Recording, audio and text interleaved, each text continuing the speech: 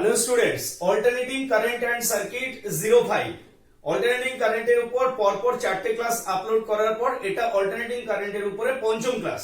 আজকের ক্লাসে আমাদের মূলত টপিকটা হচ্ছে আরসি সিরিজ সার্কিট এবং লাস্ট ক্লাসে আমরা শেষ করেছি আরএল সিরিজ সার্কিট। এবং তোমাদেরকে আমি একটু রিকোয়েস্ট করব যে আমরা লাস্ট যে চারটে ক্লাস করেছি সেই চারটে ক্লাসে আমরা মূলত কোন কোন বিষয়ের উপর ডিসকাশন করেছি সেগুলো যদি তুমি একটু লাস্ট ক্লাসের রিক্যাপটা দেখো তাহলে এখানে তুমি তার লিস্ট পেয়ে যাবে।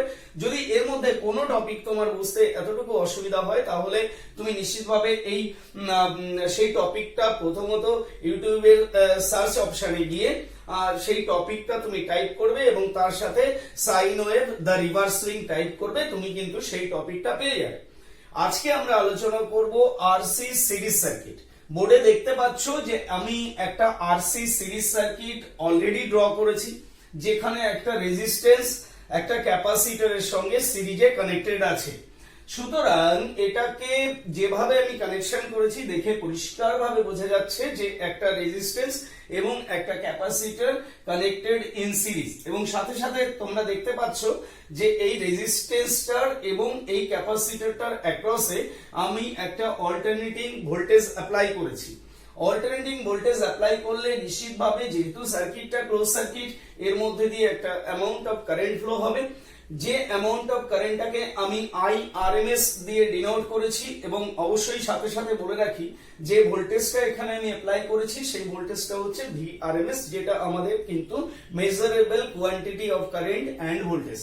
এখন এইভাবে যদি সার্কিট কানেক্ট করি আমরা, মোদ্দা কথা একটা রেজিস্ট্যান্স এবং একটা ক্যাপাসিটরকে যদি একটা রেজিস্টর এবং একটা ক্যাপাসিটরকে যদি আমরা সিরিজে কানেক্ট করি তাহলে সেই সার্কিটের চরিত্র কেমন হয়, বিশেষত সেই সার্কিটের ভোল্টেজের চরিত্র কেমন হবে, সেই সার্কিটের ইম্পিডেন্সের চরিত্র কেমন হবে, মানে আমি টোটাল অপোজিশনের কথা বলছি, সেই সার্কিটের পাওয়ার ফ্যাক্টরের চরিত্র কেমন হবে, সেই সার্কিটের পাওয়ারের চরিত্রই বা কেমন হবে, সেগুলো আমরা আজকের ক্লাসে মূলত আমাদের আলোচনার বিষয়। এখানে তোমরা দেখতেই পাচ্ছ যে টুডেস টপিক আমি এখানে যেটা বোঝাতে চাইছি, টুডেস টপিকের মধ্যে আমি রেখেছি আরসি সিরিজ সার্কিট, যেখানে আমরা ভোল্টেজের ক্যারেক্টারিস্টিক্স দেখবো, আমরা ইম্পিডেন্সের ক্যারেক্টারিস্টিক্স দেখবো, সাথে সাথে ইম্পিডেন্স ট্রায়াঙ্গেলটাও একটু রিড করব।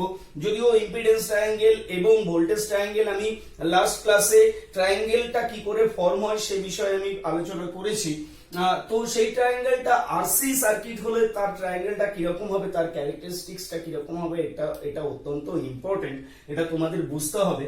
এবং সাথে সাথে পাওয়ার এন্ড পাওয়ার ফ্যাক্টর কিরকম হবে এবং পাওয়ার ট্রায়াঙ্গেল, তো এই বিষয়গুলো নিয়ে আলোচনা করব। তো আর সময় নষ্ট না করে আমি শুরু করছি। দেখো, আমি যেটা বলছিলাম যে এখানে যদি একটা অল্টারনেটিং ভোল্টেজ অ্যাপ্লাই করা হয় অ্যাক্রস দিস সার্কিট, মানে আরসি সিরিজ সার্কিটে যদি একটা অল্টারনেটিং ভোল্টেজ অ্যাপ্লাই করি তাহলে নিশ্চিতভাবে আমি বলতে পারি যে এখানে আর এর অ্যাক্রসে, রেজিস্ট্যান্সের অ্যাক্রসে একটা ভোল্টেজ ড্রপ হবে, যে ভোল্টেজটা কিন্তু ভিআর মানে voltage drop across the resistor, এবং সাথে সাথে এই ক্যাপাসিটরের অ্যাক্রসেও কিন্তু একটা ভোল্টেজ, একটা অ্যামাউন্ট অফ ভোল্টেজ ড্রপ হবে, যে ভোল্টেজটাকে তুমি কিন্তু বলছো VC means voltage drop across the capacitor. এখন ভাবছো হয়তো যে এদের মধ্যে ভোল্টেজ কেন ক্যাপাসিটরের অ্যাক্রসে ভোল্টেজ ড্রপ হবে, তো আমি একটু তোমাকে জানিয়ে রাখি যে আমরা ডিসি সার্কিটের সঙ্গে যদি একটু অল্টারনেটিং সার্কিটের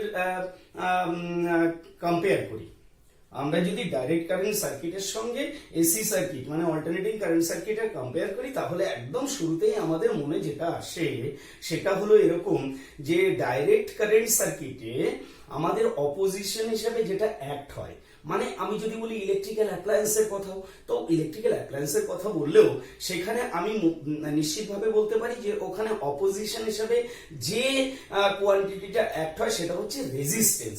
এবং অল্টারনেটিং ইলেকট্রিসিটিতে কিন্তু অপোজিশন হিসেবে শুধুমাত্র রেজিস্ট্যান্স একা নয়, এখানে কিন্তু তিন ধরনের অপোজিশনের উপস্থিতি থাকতে পারে, সবসময় থাকবেই এমনটা নয়, তিন ধরনের অপোজিশন থাকতে পারে। একটা হচ্ছে রেজিস্ট্যান্স আর একটা হচ্ছে ইন্ডাকটিভ রিঅ্যাকট্যান্স, যেটা হচ্ছে ইন্ডাকটেন্সের জন্য হয়। ইন্ডাকটিভ লোড থাকলে মূলত এই ধরনের অপোজিশন ফেস করতে হয় অল্টারনেটিং সার্কিটকে। এবং third one is capacitive reactance, যেটা হচ্ছে ক্যাপাসিটর টাইপ এবং ক্যাপাসিটর এই জাতীয় কোনো লোড কিংবা এই জাতীয় কোনো প্যাসিভ ডিভাইস যদি সার্কিটের সঙ্গে যুক্ত থাকে তবে কিন্তু ক্যাপাসিটিভ রিঅ্যাকট্যান্স নামক একরকম অপোজিশনকে আমাদের ফেস করতে হয়। আমি এটা অল্টারনেটিং কারেন্ট 03 যে ক্লাসটা মূলত সেই ক্লাসে এটার বিস্তারিত আলোচনা আছে, তুমি ইউটিউবে সার্চ করলে পেয়ে যাবে। পিওর ক্যাপাসিটিভ সার্কিট এবং সাথে জুড়ে দেবে সাইন ওয়েভ দা রিভার্স সুইং, কিংবা পিওর ইন্ডাকটিভ সার্কিট সাথে জুড়ে দেবে সাইন ওয়েভ দা রিভার্স সুইং, তুমি নিশ্চিতভাবে সেই ক্লাসটা পেয়ে যাবে। আমি যেটা বলতে চাইছি সেটা মূলত এটাই যে এখানে যে অপোজিশনটা দেখো, একটা ভোল্টেজ অ্যাপ্লাই করলে তার মধ্যে দিয়ে কারেন্ট ফ্লো হবে, ডেফিনেটলি তার মধ্যে দিয়ে কারেন্ট ফ্লো হবে সার্কিটের মধ্যে দিয়ে। তো আই যেটা আমরা মূলত জানি যে কারেন্টটা ফ্লো হবে, সেই I equals to applied voltage by opposition. আমি বারবার করে তোমাদেরকে একটা কথা বলার চেষ্টা করি, যেটা হচ্ছে তুমি I equals to V by R লিখতে পারো, ভি বাই রেজিস্ট্যান্স তুমি লিখতে পারো, কিন্তু সেটা কিন্তু শুধুমাত্র ডিসি সার্কিটের ক্ষেত্রে প্রযোজ্য, কিংবা এসি সার্কিটেও সেটা প্রযোজ্য হতে পারে। কখন না, সার্কিটে যদি অপোজিশন হিসেবে শুধুমাত্র রেজিস্ট্যান্স থাকে তবে কিন্তু তুমি এটা লিখতে পারো যে I equals to V by R. কিন্তু আমি যেটা বলতে চাইছি যে অল্টারনেটিং কারেন্ট সার্কিটে কিন্তু এই আর একমাত্র অপোজিশন নয়, হতে পারে যদি সেটা পিওর রেজিস্টিভ সার্কিট হয় তাহলে আর একমাত্র অপোজিশন হতে পারে, তখন তোমার এই ফর্মুলাটা এই রিলেশনটা কিন্তু ঠিক থাকে।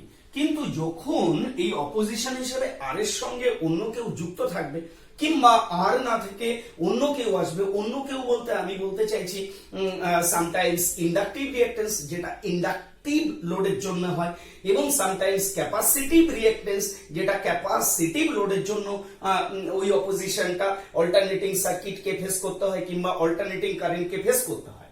তো এখানে এই ফর্মুলাটা কিংবা এই রিলেশনটা, এই সম্পর্কটা লেখাটা কিন্তু ঠিকঠাক নয় অল্টারনেটিং ইলেকট্রিসিটিতে।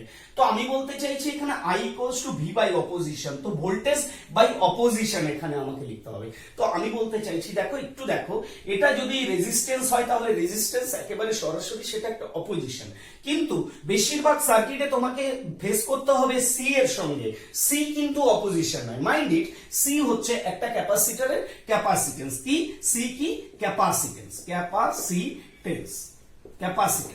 তাহলে এই ক্যাপাসিটরের সিটা হচ্ছে তার ক্যাপাসিটেন্স ভ্যালু যত ভালো হবে একটা ক্যাপাসিটর তত তার গুণগত মানের দিক দিয়ে তত ভালো হবে। এটা ক্যাপাসিটরের পরপর 3টে ক্লাস আমার আপলোড করা আছে ক্যাপাসিটির উপর, সেখানে নির্দিষ্ট করে বলে দেওয়া আছে যেন কেন ক্যাপাসিটেন্স বেশি হলে একটা ক্যাপাসিটরের গুণগত মান ভালো হয়।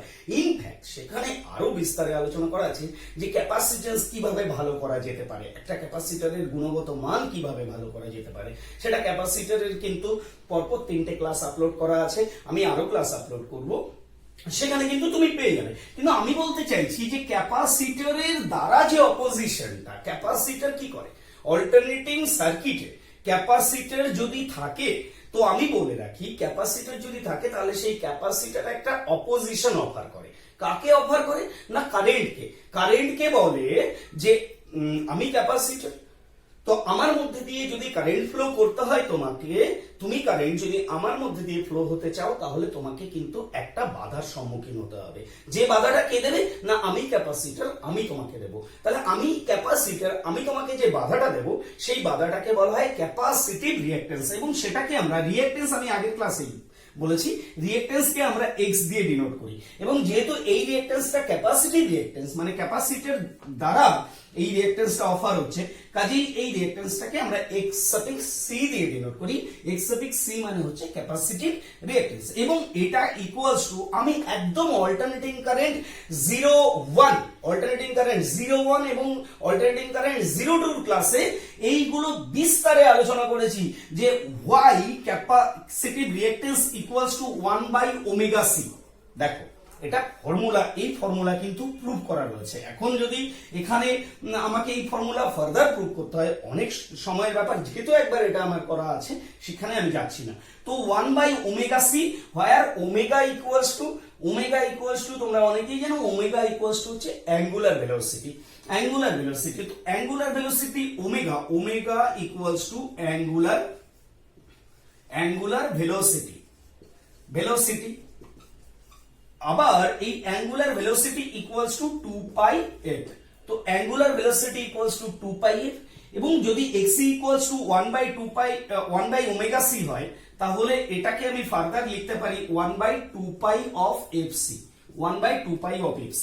তো এই যে ফর্মুলাটা, যে x ইকুয়ালস টু 1/ωc কিংবা x ইকুয়ালস টু 1/2π fc, এই ফর্মুলা দ্বারা তুমি কি বুঝতে পারছো? এই ফর্মুলা দ্বারা তুমি বুঝতে পারছো যে xc is inversely proportional to frequency. Inversely proportional to frequency মানে মোদ্দা কথা হচ্ছে, যদি এই সার্কিটের ফ্রিকোয়েন্সি বাড়ে তাহলে এই ক্যাপাসিটর দ্বারা যে অপোজিশনটা, সেই অপোজিশনটা কিন্তু কম হবে। ফ্রিকোয়েন্সি যদি বাড়ে তাহলে এই এক্সি কমে যাবে, মানে অপোজিশনটা কমে যাবে। এবং এই এক্সি কিন্তু ওহমে এর ইউনিট হচ্ছে ওহম, এটা অপোজিশন। যেহেতু যে কোনো রকমের অপোজিশন, যে অপোজিশনটা কারেন্টকে অপোজ করে, প্রত্যেকেরই ইউনিট হচ্ছে ওহম। রেজিস্ট্যান্সের ইউনিট ওহম, ইন্ডাকটিভ রিঅ্যাকট্যান্সের ইউনিট ওহম, ক্যাপাসিটিভ রিঅ্যাকট্যান্সের ইউনিট ওহম, এটাও সিমিলারলি ওহম। তো এই যে অপোজিশনটা, এই অপোজিশনটা কমে যাবে যদি কিনা ফ্রিকোয়েন্সি সার্কিটের বেড়ে যায়, তার মানে ইনভার্সলি প্রপোর্শনাল। আমি আবার আরেকটা রিলেশন এখান থেকে পাচ্ছি, xc is also inversely proportional two capacitance. মানে এই ক্যাপাসিটরের ক্যাপাসিটেন্সটা যদি বাড়ে, capacitance is nothing but capacity of a capacitor. তাহলে ক্যাপাসিটরের যদি ক্যাপাসিটি বাড়ে তাহলে কিন্তু নিশ্চিতভাবে এর এক্সি কমে যাবে। আমি কিন্তু আবার একবার মনে করে দিতে চাই যে আমরা লাস্ট ক্লাসে যেটা দেখেছিলাম, লাস্ট ক্লাসে আমরা কি দেখেছিলাম? লাস্ট ক্লাসটা এক্সএল মানে ইন্ডাকটিভ রিঅ্যাকট্যান্স অফ ইন্ডাকটিভ, মানে ইন্ডাকটেন্সের জন্য যে বাধাটার সম্মুখীন হতে হয় একটা অল্টারনেটিং কারেন্টকে, সেটাকে বলা হয় ইন্ডাকটিভ রিঅ্যাকট্যান্স। এবং এক্সএল ইকুয়ালস টু আমি দেখেছিলাম ওমেগা এল এবং ওমেগা ইকুয়ালস টু 2πf এবং এল। এখানে আমি দেখেছিলাম যে XL is directly proportional to frequency এবং XC is directly proportional to XL is directly proportional to L। তার মানে ইন্ডাকটিভ রিঅ্যাকট্যান্সটা, মানে ইন্ডাকটেন্সের জন্য যে বাধাটা সার্কিটে অফার হয়, সেই অপোজিশনটা কিন্তু ফ্রিকোয়েন্সির সঙ্গে সরাসরি সম্পর্কযুক্ত হয় এবং মানে সমানুপাতিক সম্পর্কযুক্ত হয়। এবং তার যে ইন্ডাকটেন্স প্রপার্টি, একটা ইন্ডাক্টরের কি থাকবে? তার ইন্ডাকটেন্স প্রপার্টি থাকবে, সেই ইন্ডাকটেন্স প্রপার্টির সঙ্গে কিন্তু সমানুপাতিক সম্পর্কযুক্ত। উল্টো দিকে আমরা ক্যাপাসিটরকে সার্কিটে এনে কি লক্ষ্য করছি? যে ক্যাপাসিটর দ্বারা যে বাধাটা অফার হচ্ছে সেই বাধাটাকে এক্সি বলছি এবং সেই বাধাটা 1/ωc হচ্ছে, 1/ωc। এবং যেহেতু আমরা জানি ওমেগা ইকুয়ালস টু 2πf, তো 1/2πfc। এখানে অ্যাকর্ডিং টু দিস রিলেশন আমরা লক্ষ্য করছি যে XC is inversely proportional to frequency. তার মানে সার্কিটে যদি ফ্রিকোয়েন্সি বাড়ে, এক্সএল কি হচ্ছে? বাড়ছে, কিন্তু এক্সি কি হবে? কমে যাবে। সাথে সাথে সার্কিটে যদি ক্যাপাসিটেন্স বাড়ে তাহলে এক্সএল কমে যাবে এন্ড ভাইস ভার্সা। তো আমি বলতে চাইছি যে এই যে এক্সিটা, তার মানে ক্যাপাসিটর দ্বারা যে বাধাটা অফার হচ্ছে সেটা হচ্ছে এক্সি, এবং এই XC equals to 1/ωc as well as 1/2π of fc। এখন আমার বক্তব্য হচ্ছে, পিওর ক্যাপাসিটিভ সার্কিটে আমি বলেছিলাম যে দেখো, ব্যাপারটা একটু যদি ভেক্টরিক্যালি বোঝার চেষ্টা করি তাহলে রেজিস্ট্যান্স কি করে? এই রেজিস্ট্যান্সের মধ্যে দিয়ে যখন কারেন্ট ফ্লো হবে, মাইন্ড ইট, এই রেজিস্ট্যান্সের মধ্যে দিয়ে যখন কারেন্ট ফ্লো হবে, মনে করা যাক সেই কারেন্টটা এটা আই। যেহেতু এটা সিরিজ সার্কিট, কোনো সন্দেহ নেই এই আর এর মধ্যে দিয়ে যতটা অ্যামাউন্ট অফ কারেন্ট ফ্লো হবে এই সি এর মধ্যে দিয়েও কিন্তু ততটা অ্যামাউন্ট অফ কারেন্ট ফ্লো হবে, because there are no another branch. এখানে আর কোনো যেহেতু ব্রাঞ্চ নেই, কাজেই এই কারেন্ট যেটা এর মধ্যে দিয়ে ফ্লো হবে সেটাই ওর মধ্যে দিয়ে ফ্লো হবে। আমার বক্তব্য হচ্ছে যে কারেন্ট ধরো আর এর মধ্যে দিয়ে এটা ফ্লো হচ্ছে, this is I flowing through the resistor, এবং এই কারেন্টটা এর মধ্যে দিয়ে ফ্লো আর এর মধ্যে দিয়ে ফ্লো হওয়ার জন্য তুমি জানবে যে V equals to I R, V equals to I R. তো আই ফ্লো হচ্ছে এবং এখানে একটা রেজিস্ট্যান্স রয়েছে, কাজে এখানে একটা ভোল্টেজ ড্রপ হবে, যে ভোল্টেজটাকে আমি ভি আর বলছি, সেই ভি আর ইকুয়ালস টু কিন্তু আই মাল্টিপ্লাইড বাই আর। তো আমি বলছি যে পিওর রেজিস্টিভ সার্কিটের ক্যারেক্টারিস্টিক্সে আমরা যতটা দেখেছি তাতে করে ভোল্টেজ এবং কারেন্টের মধ্যে কোনো অ্যাঙ্গুলার ডিসপ্লেসমেন্ট থাকে না, মানে ইজ ইন ফেজ। তো মনে করা যাক কারেন্টের ডাইরেকশন এটা এবং ভোল্টেজ যেটা এখানে ড্রপ হচ্ছে ভিআর, যেটাকে নেমলি ভিআর, সেই ভিআর এর সাথে চলছে in phase with the current. Very good. এখন আমার বক্তব্য হচ্ছে যে যদি এই কারেন্টটাই সি এর মধ্যে দিয়ে ফ্লো হয়, তাহলে সি এর মধ্যে দিয়ে ফ্লো হলে এখানেও একটা ভোল্টেজ ড্রপ হবে, যে ভোল্টেজটাকে তুমি ভিসি বলছো, voltage drop across the capacitor equals to I into or opposition. Or opposition কোনটা? আবার বলছি সি কিন্তু নয়, সি তার ক্যাপাসিটেন্স, অপোজিশন কোনটা? এক্সসি, এক্সসি ক্যাপাসিটিভ রিঅ্যাকট্যান্স, যেটা 1 বাই ওমেগা সি অথবা 1 বাই 2 পাই এফসি। তো এখানে I into XC, I into XC কিংবা আই এক্সসি, আই এক্সসি। তো আমার বক্তব্য হচ্ছে এই যে ক্যাপাসিটিভ সার্কিট কি করে, in case of pure capacitive circuit, সেখানে কিন্তু ভোল্টেজ কারেন্টের থেকে 90 ডিগ্রিতে পিছিয়ে চলে। Voltage lags the current by 90 degree, voltage lags the current by 90 degree, তার মানে ভোল্টেজটা 90 ডিগ্রিতে পিছিয়ে চলবে। আমরা লাস্ট ক্লাসের পিওর ইন্ডাকটিভ সার্কিটের কথা আলোচনা করছিলাম, আমরা দেখেছিলাম পিওর ইন্ডাকটিভ সার্কিটে যে ভোল্টেজ কারেন্টের থেকে 90 ডিগ্রিতে এগিয়ে চলে। ডিফারেন্স এটাই যে ইন্ডাকটিভ সার্কিটে ভোল্টেজ কারেন্টের থেকে 90 ডিগ্রিতে এগিয়ে চলে, আর ক্যাপাসিটিভ সার্কিটে ভোল্টেজ কারেন্টের থেকে 90 ডিগ্রিতে পিছিয়ে চলবে, 90 ডিগ্রিতে পিছিয়ে চলবে। এখান থেকে আমরা বলতে পারি না যে XL is opposite in phase with XC. দেখো এক্সএল কি করে, ভোল্টেজকে 90 ডিগ্রিতে এগিয়ে নিয়ে যায়, আর এক্সসি কি করে, ভোল্টেজকে 90 ডিগ্রিতে পিছিয়ে নিয়ে যায়। কার থেকে? কারেন্ট থেকে। তো কারেন্ট যদি আমার রেফারেন্স লাইন হয়, এক্সএল কি করেছিল, ভোল্টেজকে এই দিকে নিয়ে গেছিল, তার মানে এই 90 ডিগ্রি এগিয়ে যেতে দেখেছিলাম কারেন্টের থেকে, এটা কারেন্ট 90 ডিগ্রি এগিয়ে যেতে দেখেছিলাম। এবারে এক্সসি কি করবে, এর দ্বারা যে ভোল্টেজ ড্রপটা হবে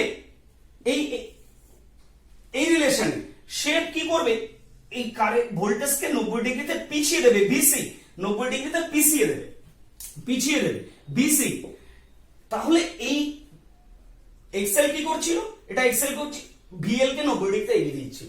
আমি বলতে চাইছি ভিএল আর ভিসি এরা অপোজিট ইন ফেজ নয়, তাহলে এদের দুজনের মধ্যে রেজাল্ট্যান্ট অ্যাঙ্গুলার ডিসপ্লেসমেন্ট কত হয়?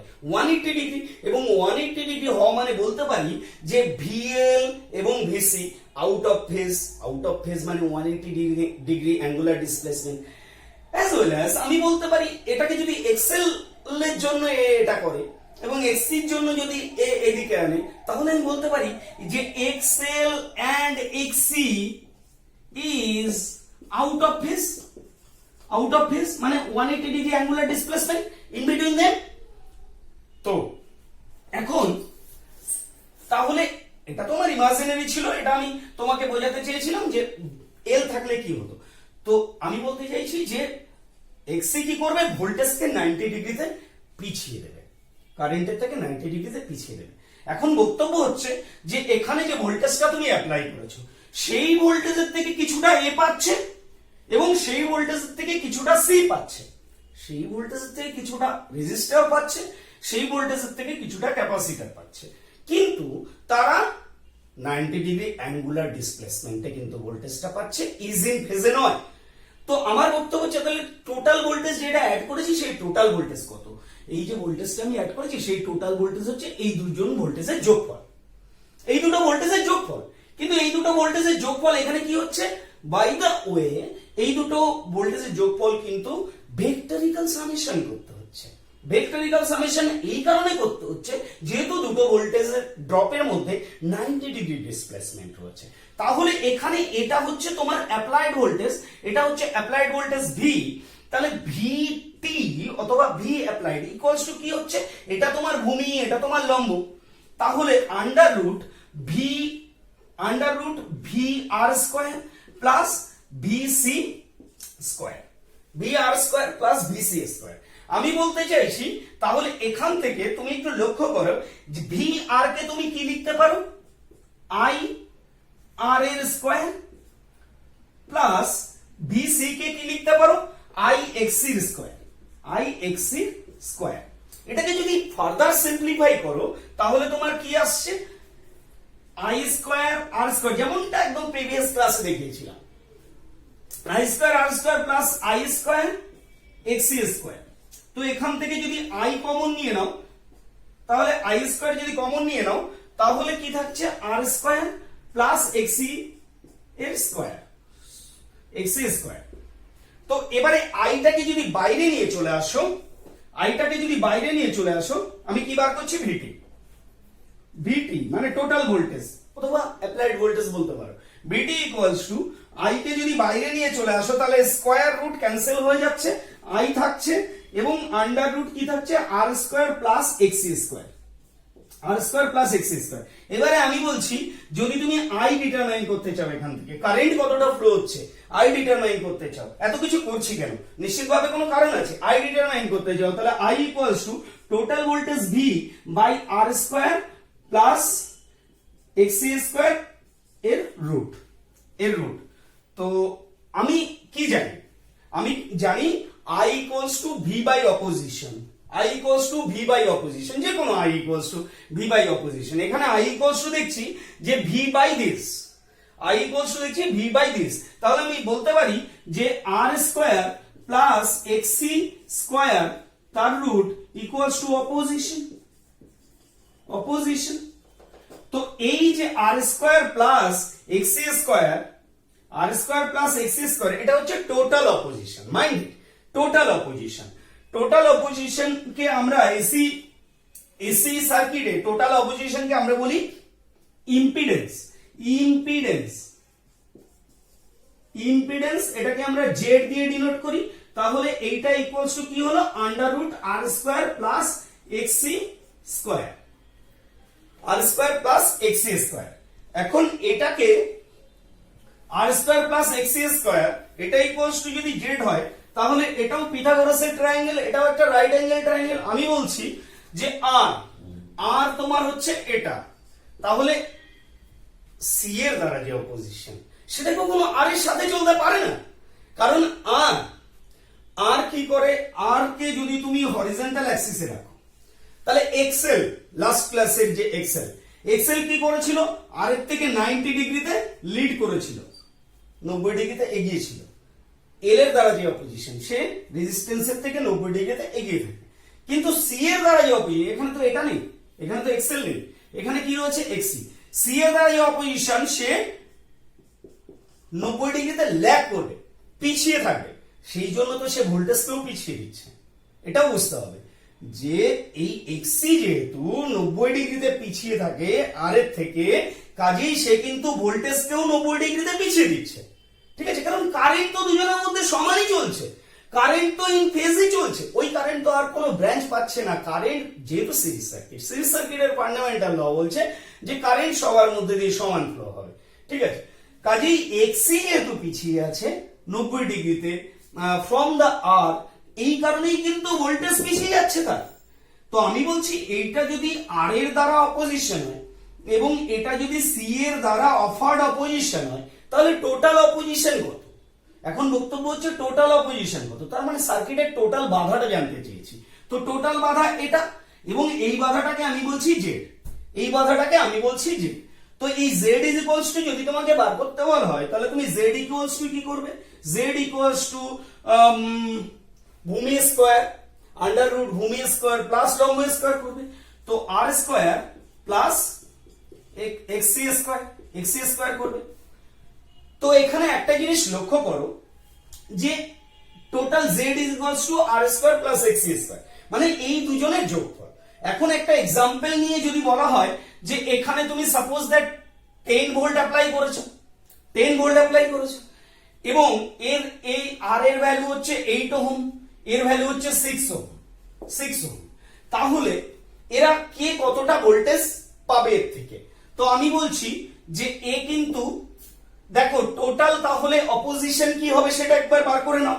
টোটাল এর এর R equals to 6 ohm, X equals R equals to 8 ohm, X equals to 6 ohm. তাহলে এখান থেকে জেড ইকুয়ালস টু কি হবে? Under root 8 square plus 6 square equals to 10 হবে।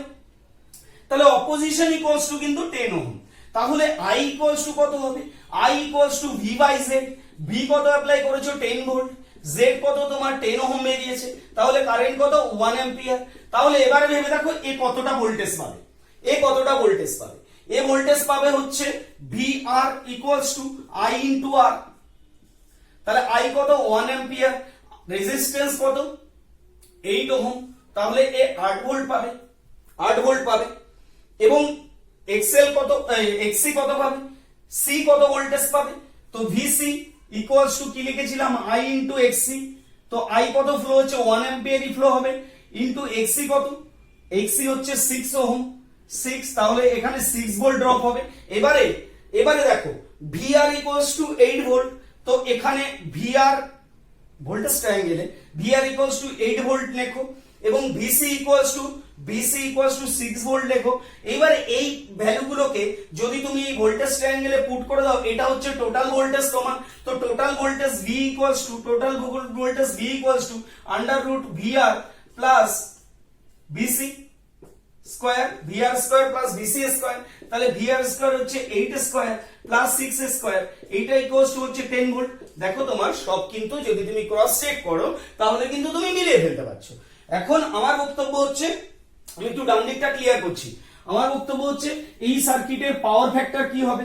পাওয়ার ফ্যাক্টর যদি তুমি ডিটারমাইন করতে চাও, আমি এটা ক্যাপাসিটিভ সার্কিট, এটা ক্যাপাসিটিভ সার্কিট, কিন্তু এটা কিন্তু ইন্ডাকটিভ সার্কিট নয়, এটা আরসি সার্কিট, মানে আর এর সঙ্গে সি রয়েছে।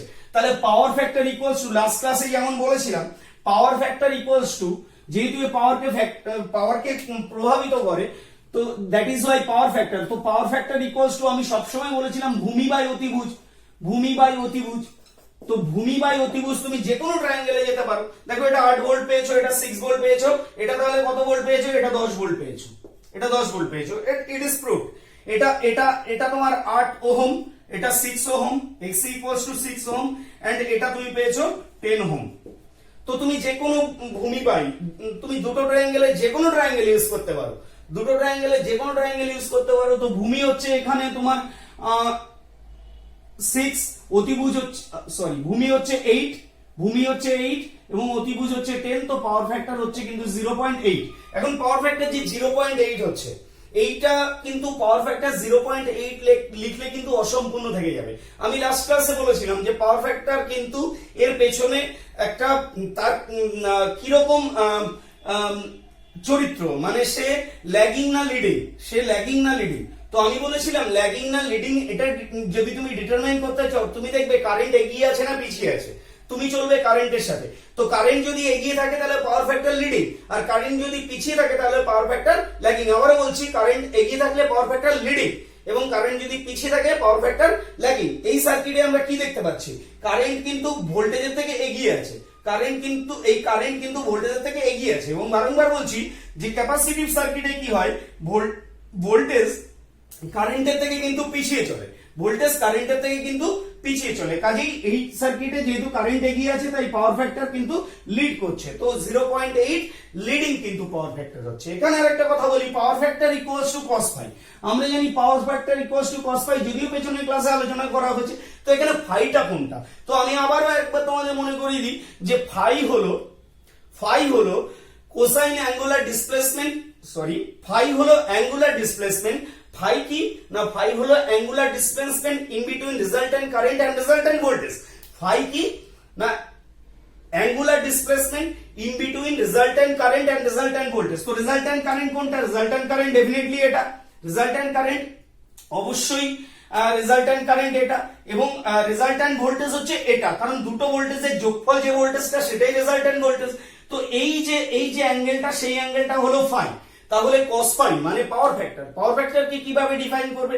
পাওয়ার factor is nothing but cosine angular displacement between resultant voltage and resultant current, মানে অ্যাঙ্গুলার ডিসপ্লেসমেন্ট যত আছে তার cos ভ্যালু। তো সুতরাং cos ফাই ইকুয়ালস টু তুমি কখনো লিখতে পারো r বাই z যদি লেখো তাহলে তুমি এইটা অ্যাঙ্গেলকে ইউজ করছো, আর হচ্ছে এখানে ভূমি প্রতিভুজ হচ্ছে z, এবং পাওয়ার ফ্যাক্টর ইকুয়ালস টু তুমি লিখতে পারো, power factor cos phi equals to তুমি লিখতে পারো যে VR বাই V, মানে total voltage VR by V।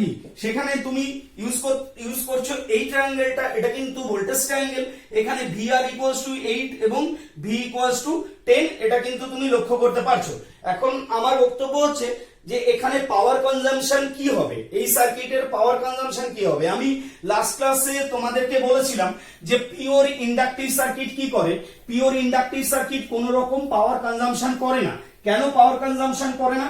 Power consumption in fact করতে পারে না, বিকজ যতটা পাওয়ার পিওর ইন্ডাকটিভ সার্কিট হলে যতটা পাওয়ার সোর্স থেকে ডেলিভার হয়, ঠিক ততটা পাওয়ার কিন্তু সোর্সে রিটার্ন আসে। তার মানে সার্কিট যদি পিওর ইন্ডাকটিভ হয়, আমি লাস্ট ক্লাসে বলেছিলাম সার্কিট যদি পিওর ইন্ডাকটিভ হয় তাহলে কিন্তু suppose that like this, circuit pure inductive, তো পিওর ইন্ডাকটিভ হলে যতটা পাওয়ার সার্কিট থেকে ডেলিভার হবে ততটা পাওয়ারই ফেরত আসবে। তার মানে অল পাওয়ার ইজ রিঅ্যাক্টিভ। আর সার্কিট যদি পিওর রেজিস্টিভ হয় তাহলে যতটা পাওয়ার সার্কিট থেকে সোর্স থেকে যতটা পাওয়ার ডেলিভার হবে, টোটাল পাওয়ারটাই কিন্তু রেজিস্টরে ইউটিলাইজ হবে। একমাত্র রেজিস্টরই পারে পাওয়ার ইউটিলাইজ করতে, ইন্ডাক্টর পারে না। এবং সাথে সাথে এটাও বলে রাখি, সার্কিট যদি পিওর ক্যাপাসিটিভ হয় তাহলে সেখানেও কিন্তু কোনো পাওয়ার ইউটিলাইজ হয় না। পাওয়ার যেটা কনজাম্পশন, সেই কনজাম্পশন পাওয়ার জিরো হয়, কারণ এখানেও যতটা পাওয়ার সার্কিটে ডেলিভার হয়, তার মানে কি পাওয়ার ডেলিভার হয় না? ডেফিনেটলি পাওয়ার ডেলিভার হয়। যতটা পাওয়ার ডেলিভার হয় ততটা পাওয়ারই কিন্তু আবার সার্কিটে রিটার্ন চলে আসে। যেহেতু রিটার্ন চলে আসে, তাই ডেলিভার্ড পাওয়ার যেটা হয় সেটা পুরো পাওয়ারটাই কিন্তু রিঅ্যাক্টিভ পাওয়ার, টোটাল পাওয়ারটাই রিঅ্যাক্টিভ পাওয়ার। কাজেই না কোনো pure capacitive circuit power consumption করতে পারে, না pure inductive circuit power consumption করতে পারে। পাওয়ার যদি কনজাম্পশন করতে পারে সেটা শুধু কিন্তু রেজিস্টিভ সার্কিটই পাওয়ার কনজাম্পশন করতে পারে। তো এখন এই সার্কিটে যেটা দেখতে পাচ্ছি, এই সার্কিটে একটা জিনিস আমরা দেখতে পাচ্ছি যে RC সার্কিট আছে। তার মানে এখান থেকে যে পাওয়ারটা ডেলিভার হবে, সেই পাওয়ারটা এর জন্যও ডেলিভার হবে, এর জন্যও ডেলিভার হবে। মোদ্দা কথা, এর জন্যও ডেলিভার হবে, এর জন্যও ডেলিভার হবে। এর জন্য যে পাওয়ারটা ডেলিভার হবে এ তো কনজাম করে নেবে, কিন্তু এর জন্য যে পাওয়ারটা ডেলিভার হবে সেটা কিন্তু কনজাম্পশন হবে না, সেটা কিন্তু সার্কিটে রিটার্ন চলে আসবে। তো আমার বক্তব্য হচ্ছে এর জন্য যে পাওয়ারটা ডেলিভার হবে সেই পাওয়ারটা কিন্তু সার্কিটে কোনোভাবে অ্যাক্টিভ রোল প্লে করছে না, মানে সেখানে কনজাম্পশনই যেহেতু হচ্ছে না, সে যেহেতু রিটার্ন চলে আসছে, তাই এর জন্য যে পাওয়ারটা ডেলিভার হবে সেই পাওয়ারটাকে রিঅ্যাক্টিভ পাওয়ার বলবো। আর রেজিস্টরের জন্য যে পাওয়ারটা ডেলিভার হবে সেই পাওয়ারটাকে অ্যাক্টিভ পাওয়ার বলবো, কারণ সেই পাওয়ারটা কিন্তু সার্কিটে কিন্তু কনজাম্পশন হচ্ছে, সেই পাওয়ারের আউটপুট তুমি পাচ্ছ। তাই অ্যাক্রস দ্য রেজিস্টর যে পাওয়ারটা তোমার কনজাম্পশন হচ্ছে সেটা অ্যাক্টিভ পাওয়ার। তো যদি তুমি পাওয়ারের ট্রায়াঙ্গেল দেখতে চাও যে স্যার আমার কতটা পাওয়ার এখানে কনজাম্পশন হচ্ছে, তো এখানে আমি তোমাকে বলেছিলাম যে একটা ভোল্টেজ অ্যাপ্লাই করেছে, সাপোজ দ্যাট 10 ভোল্ট। এখানে একটা কারেন্ট ফ্লো হচ্ছিল, সেটা আমি বাই দ্য ওয়ে পেয়েছিলাম 1 এম্পিয়ার, এবং এর ওহমিক ভ্যালু হচ্ছে 8 ওহম, এবং এর ওহমিক ভ্যালু হচ্ছে 6 ওহম। এখানে যে ভোল্টেজটা ড্রপ হচ্ছিল সেটা হচ্ছে 8 ভোল্ট, এবং এখানে যে ভোল্টেজটা ভিসি ড্রপ হচ্ছিল সেটা হচ্ছে 6 ভোল্ট। এখন আমি বলতে চাইছি যে আমি চলে আসি, একটা ট্রায়াঙ্গেল যদি ড্র করতে পারি, দেখো এইটা হচ্ছে আমার কোসাইন কস কম্পোনেন্ট, সিম্পলি হচ্ছে হরিজন্টাল লাইন মানে হচ্ছে কস কম্পোনেন্ট। তো আমি বলছি কস কম্পোনেন্ট মানে হচ্ছে কতটা পাওয়ার তোমার কনজাম্পশন হবে, সেটা হচ্ছে total voltage into total current. Total voltage কত? টোটাল ভোল্টেজ 10, টোটাল কারেন্ট কত? 1, ইনটু পাওয়ার ফ্যাক্টর। একটু আগে আমি পাওয়ার ফ্যাক্টর কি ডিটারমাইন করেছিলাম? Power factor equals to R by Z বলো, কিংবা পাওয়ার ফ্যাক্টর ইকুয়ালস টু তুমি VR বাই টোটাল ভোল্টেজ বলো, এটা বেরিয়েছিল 8/10 ইকুয়ালস টু 0.8। এখন আমার বক্তব্য হচ্ছে যে এখানে যে টোটাল পাওয়ার যেটা ডেলিভার হচ্ছে, দেখো টোটাল পাওয়ার ডেলিভার্ড, এখানটা একটু ভালো করে বুঝে নাও। দেখো total power delivered by the source equals to কি total voltage into total current total voltage into total current equals to total voltage delivered by the source to the circuit equals to কি ছিল 10 volt ছিল total voltage, current কত flow হচ্ছিল তার জন্য 1 ampere, তাহলে এখানে 10 ওয়াট ফ্লো হচ্ছিল, মাইন্ড ইট 10 ওয়াট ডেলিভার হচ্ছিল, 10 ওয়াট পাওয়ার ডেলিভার হচ্ছিল। এখন ইউটিলাইজ হচ্ছে কত? ইউটিলাইজ কিন্তু হবে হচ্ছে VI into power factor, VI into cos phi, V into I into cos phi। তো V into I into cos phi কত হচ্ছে? দেখো V হচ্ছে 2, I হচ্ছে 1 এবং cos phi হচ্ছে 0.8। তাহলে এখানে হচ্ছে তোমার কত হচ্ছে? এখানে 10 হয়েছিল না, ও ভি হচ্ছে 10, তো এখানে কিন্তু 8 ওয়াট হচ্ছে, মাইন্ড ইট, এখানে কিন্তু 8 ওয়াট হচ্ছে। তো 8 ওয়াট হচ্ছে, তাহলে আমার ডেলিভার হচ্ছে কত? 10 ওয়াট। আমি বলছি 10 ওয়াট ডেলিভার হচ্ছে, তার মধ্যে কনজাম্পশন হচ্ছে 8 ওয়াট। এই যে কনজাম্পশনটা পুরোটা হলো না because of power factor, mind it. Power factor যদি 1 হতো তাহলে কিন্তু 10 ওয়াটটাই কনজাম্পশন হতো, V into I into power factor যদি 1 হতো তাহলে পুরোটাই কনজাম্পশন হতো। পাওয়ার ফ্যাক্টর কেন 1 এর থেকে কমে গেল? Because of the presence of capacitor এখানে প্রেজেন্ট আছে বলে পাওয়ার ফ্যাক্টরকে কিন্তু খারাপ করে দিল। তো আমার বক্তব্য হচ্ছে এবার তাহলে আমার বাকি পাওয়ার গেল কোথায়? দেখো এখানে ক্যাপাসিটরের জন্য কত পাওয়ার ডেলিভার হচ্ছে, যদিও সেটা রিটার্ন আসবে, মাইন্ড ক্যাপাসিটরের জন্য কত ডেলিভার হচ্ছে? ক্যাপাসিটরের জন্য ডেলিভার যেটা হচ্ছে সেটা কখনো রেজিস্টরে যে পাওয়ার কনজাম্পশন কিংবা রেজিস্টরের অ্যাক্রসে যে পাওয়ার আর ক্যাপাসিটরের অ্যাক্রসে যে পাওয়ার, এই দুটো পাওয়ার তো ইজ ইন ফেজ হতে পারে না, কারণ রেজিস্টর এন্ড ক্যাপাসিটরের মধ্যে এদের কিন্তু বৈশিষ্ট্যই হচ্ছে যে আমার রেজিস্টর বলছে আমার ভোল্টেজ VR, ক্যাপাসিটর বলছে আমার ভোল্টেজ VC। তো বলছে আমরা একসাথে চলবো না, VC 90 ডিগ্রিতে পিছিয়ে চলতে হবে। VR বলছে দেখো আমি V অফ রেজিস্টর, কাজেই তুমি ক্যাপাসিটরের ভোল্টেজ 90 ডিগ্রিতে পিছিয়ে চলতে হবে। সিমিলারলি R বলছে যে আমার রেজিস্ট্যান্স R, আমার অপোজিশন R, ক্যাপাসিটর বলছে আমার অপোজিশন XC, ক্যাপাসিটিভ রিঅ্যাক্ট্যান্স। তো আমরা কি একই সাথে চলতে পারবো না? ক্যাপাসিটরের যাবতীয় ক্যারেক্টার কিন্তু 90 ডিগ্রিতে পিছিয়ে চলবে। একমাত্র ক্যাপাসিটিভ সার্কিট কি করতে পারে? ভোল্টেজের থেকে কারেন্টকে 90 ডিগ্রিতে এগিয়ে দিতে পারে, কারণ ভোল্টেজ তো পিছিয়ে চলবে না, কারেন্ট তো এই সোজাই চলবে। তো আমি বলছি ক্যাপাসিটরের জন্য যে পাওয়ারটা ডেলিভার হবে সেটা voltage into current into sine phi. দেখো এটা কেন cos phi? Because horizontal axis হচ্ছে কজ কম্পোনেন্ট।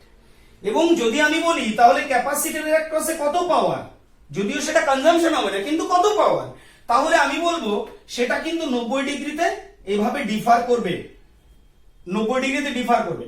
তো এটা ক্যাপাসিটরের অ্যাক্রসের পাওয়ার,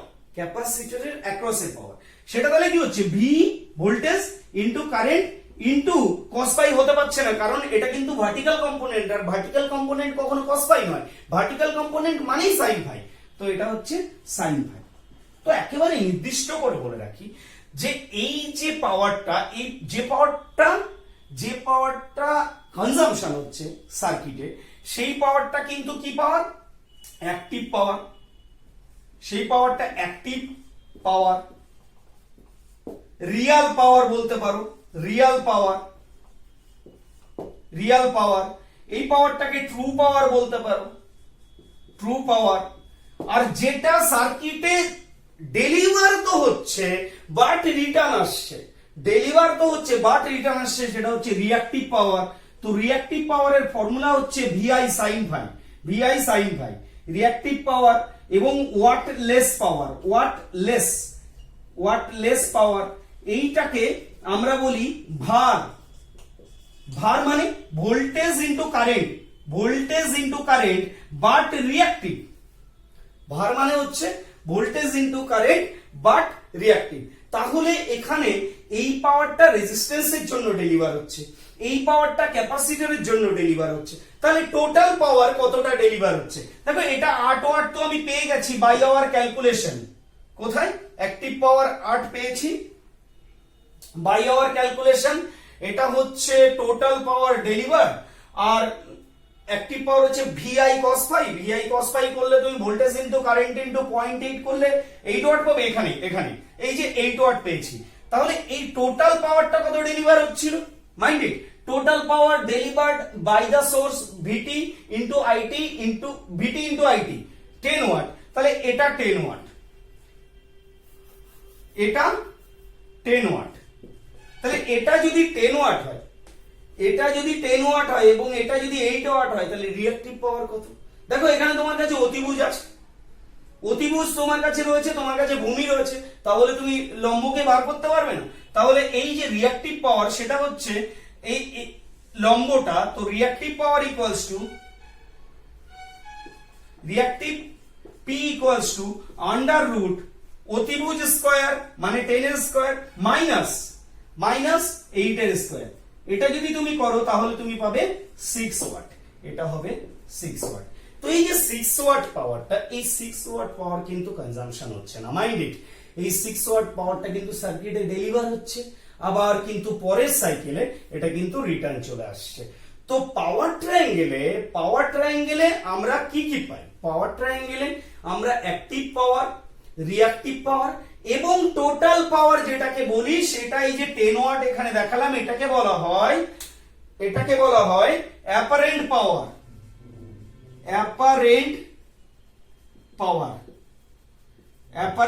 তো অ্যাপারেন্ট পাওয়ার সব সময় বেশি হবে।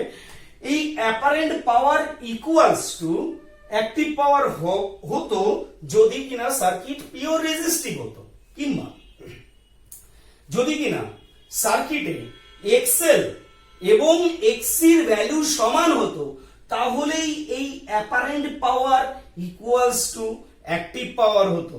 দেখো পাওয়ার ফ্যাক্টর ইউনিটি মানে পাওয়ার ফ্যাক্টর 1, এটা দুভাবে পসিবল। এক হচ্ছে সার্কিটে ইন্ডাকটেন্সের কোনো অস্তিত্ব থাকবে না, সাথে সাথে ক্যাপাসিটরেরও কোনো অস্তিত্ব থাকবে না, ক্যাপাসিটেন্সেরও কোনো অস্তিত্ব থাকবে না। তার মানে সার্কিটে শুধুমাত্র রেজিস্ট্যান্স থাকবে। তাহলে সেই ক্ষেত্রে একমাত্র পাওয়ার ফ্যাক্টর ইউনিটি হতে পারে, কারণ তখন ভোল্টেজ এবং কারেন্টের মধ্যে অ্যাঙ্গুলার ডিসপ্লেসমেন্ট 0 ডিগ্রি আর cos 0 ডিগ্রির ভ্যালু 1, কাজেই পাওয়ার ফ্যাক্টর ইউনিটি এবং সেটা খুব হেলদি পাওয়ার ফ্যাক্টর। সেক্ষেত্রে সবথেকে বেশি পাওয়ার কিন্তু সার্কিটে ইউটিলাইজ হয়, তখন কিন্তু এই apparent power equals to active পাওয়ার হয়। এখন আরো একটা কন্ডিশনে apparent power equals to active পাওয়ার হতে পারে। দেখো সার্কিটে রেজিস্ট্যান্সও থাকবে, সার্কিটে ইন্ডাকটেন্সও থাকবে, সার্কিটে ক্যাপাসিটেন্সও থাকবে। তা সত্ত্বেও সার্কিটটা পিওর রেজিস্ট্যান্সের মতো, পিওর রেজিস্টিভ সার্কিটের মতো বিহেভ করবে এবং পিওর রেজিস্টিভ যদি আচরণ করে, তাহলে সেক্ষেত্রেও কিন্তু পাওয়ার ফ্যাক্টর ইউনিটি হবে এবং সেক্ষেত্রেও কিন্তু অ্যাপারেন্ট পাওয়ার ইকুয়ালস টু কিন্তু অ্যাক্টিভ পাওয়ার হবে। এটা অন্তত আজকের ক্লাসে নয়, আগামী ক্লাসে আমরা RLC সিরিজ সার্কিট মানে তিনটাকেই একসাথে কম্বাইন করব। প্রথম ক্লাসে কি করেছি? RL কে করেছি, দ্বিতীয় ক্লাসে কি করলাম? RC কে করেছি, এর পরবর্তী ক্লাসে RL এবং C তিনটাকে নিয়ে ডিল করব এবং সাথে সাথে কিছু একেবারে অত্যন্ত গুরুত্বপূর্ণ কিছু প্রবলেম করারও চেষ্টা করব, যেখান দিয়ে আমরা ম্যাথমেটিক্যাল প্রবলেমগুলোকে সলভ করব, সেখান থেকে আরো স্পষ্ট হয়ে যাবে। সব থেকে বড় ব্যাপার, এই থটগুলোকে তোমাকে কি করতে হবে? তোমাকে এই থট গুলোকে তোমার নির্দিষ্ট কিছু কোশ্চেনে অ্যাপ্লাই করতে হবে। যখনই তুমি প্রবলেম ফেস করবে তখন কিন্তু এই থট গুলো বেরিয়ে আসতে হবে সাথে সাথে। এবং এই ক্যারেক্টারিস্টিক্স গুলো যদি তোমার মনে থাকে, এগুলো হচ্ছে ফান্ডামেন্টাল ক্যারেক্টারিস্টিক্স। এরপরে আমরা যখন দু একটা কোশ্চেন সলভ করবো তখন কিন্তু বিষয়গুলো আরো ইজি হবে। তো খুব তাড়াতাড়ি আবার তোমাদের সঙ্গে দেখা হচ্ছে। আজকের ক্লাস এই পর্যন্ত শেষ করছি, ততক্ষণ খুব ভালো থাকো। Thank you so much.